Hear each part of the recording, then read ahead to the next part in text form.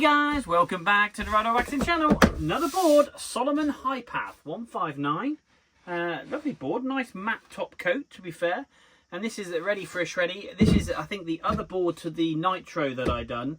This is kind of like what I should have took when I went to Les Deux Alpes. This is the board for the mountain, in the sense, kind of all mountain board, but for those days that are a bit icier and a bit harder. And then for the powder days, obviously you got the Nitro board, which is on the previous video, so do go and check that out. Sliced my finger open, an absolute treat on that one. That's how sharp those rails were.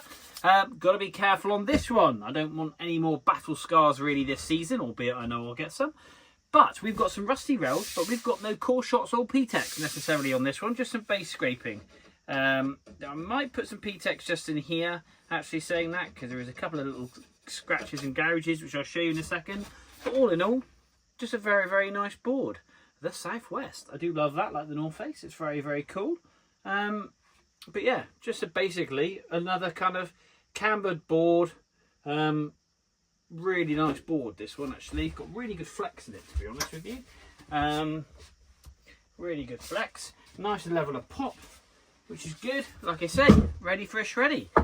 Let's put you in my hands, have a detail look at this high path. So here we are. We've got some corrosion, which we'll get that all sorted out and cleaned up. Get rid of all of that. But all in all, kind of a nice mottled granite effect bottom. Almost like snow. Looks really, really cool. I would have thought this stands out really well on the white snow, to be fair. These are the areas of just concern. I might just quickly lay down a little bit of P-Tex for base scraping. We'll get some of this structure put back in. You can see the structure there as well.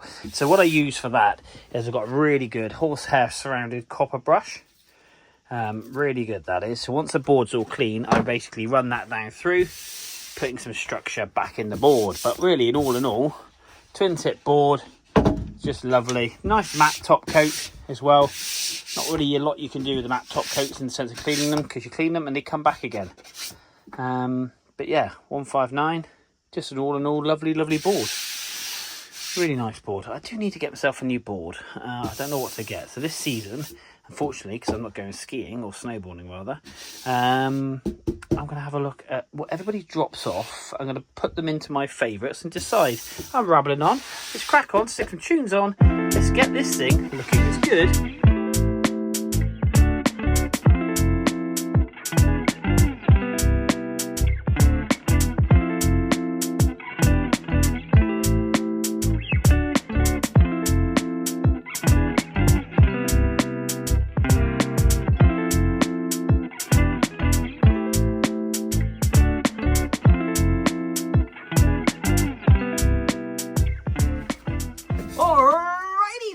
One Salomon looking fine. We've got to get the wax taken off of this bad boy. We've got that rust sorted on that top rail. That was quite heavy, but we've got the pitting removed and we've got the edges dialed in all the way around. Now, one little tip. If you are dull and tipping your board, look at where your stance is, depending if it's offset. If it's a twin, kind of like this one, you want to dull it in equal amounts. And the reason you dull it in is to reduce catching.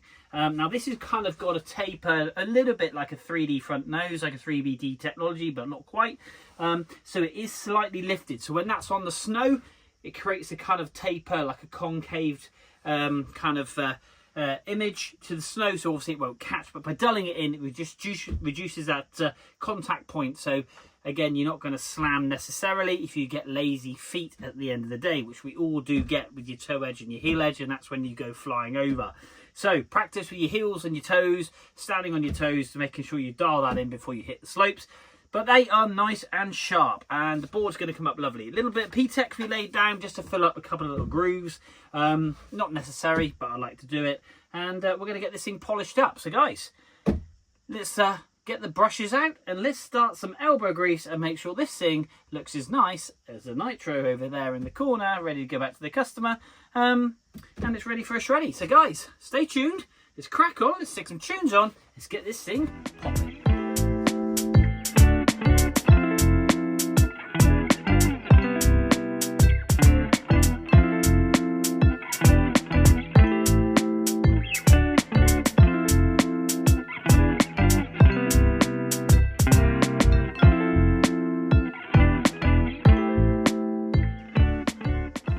we are, guys. One Salomon looking mint. Now, this is take 2 because my Google speaker started taking over and playing Chuck Berry for some reason. Where did that come from? But anyway, let's get on and have a look at the resilience of this bad boy. Look at the water repellentness of that. That's not even an English word, but never mind, it is now.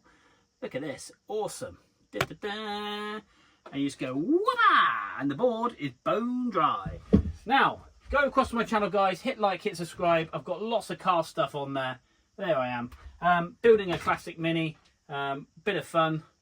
Like I say, one of my lifelong projects. So I like to do all sorts on my channel. So it's not just ski and snowboard waxing, albeit I love doing this stuff.